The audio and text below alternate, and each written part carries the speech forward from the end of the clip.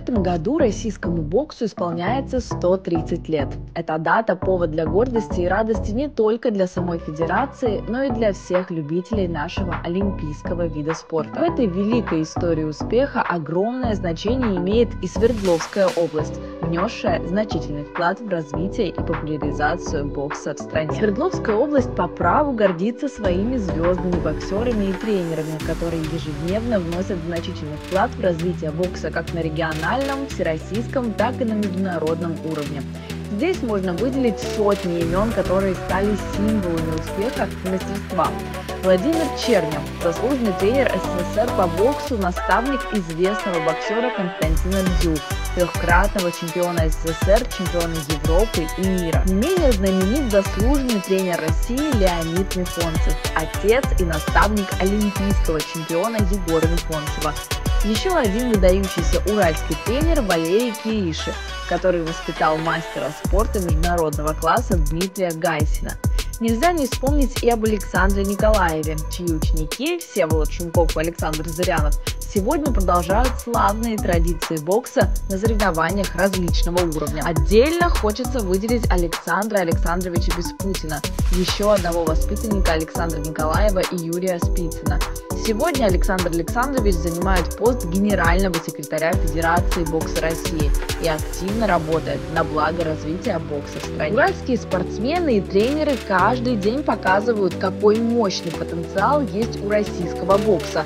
Их успехи вдохновляют новые поколения спортсменов трудиться и стремиться к вершине. Каждый год сотни медалей, завоеванных как опытными спортсменами, так и новыми лицами на ринге, пополняют копилку Свердловской Федерации бокса. Бокс Свердловской области известен на всю Россию, а заслуженные тренеры региона ежедневно вкладывают свои знания и опыт в подготовку новых чемпионов, мастеров спорта и просто честных людей.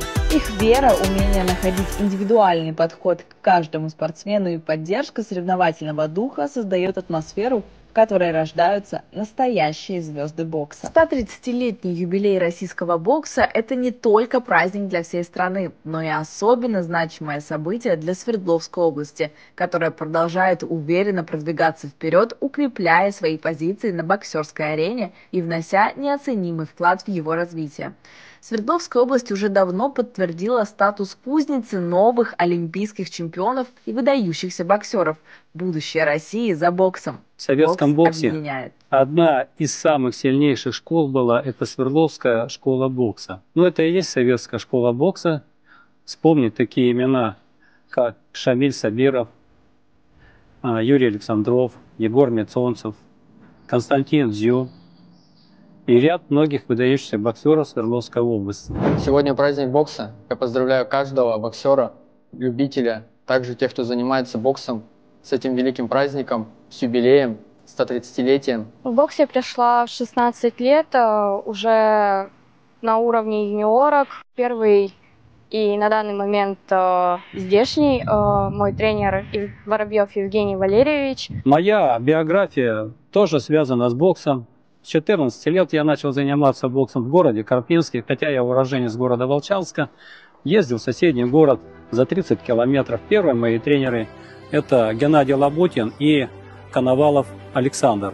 В бокс пришла для того, чтобы научиться за себя заступаться, чтобы стать сильнее. Бокс мне помог стать лучше не только в спортивных каких-то достижениях, а более даже в жизненных, таких личных. Каждая победа в боксе для меня стоит в первую очередь это эмоции, потому что ты испытываешь эмоции после поднятой руки в ринге. И это непередаваемое ощущение, когда тебе поднимают руку, это самые яркие эмоции, которые можно испытать в жизни.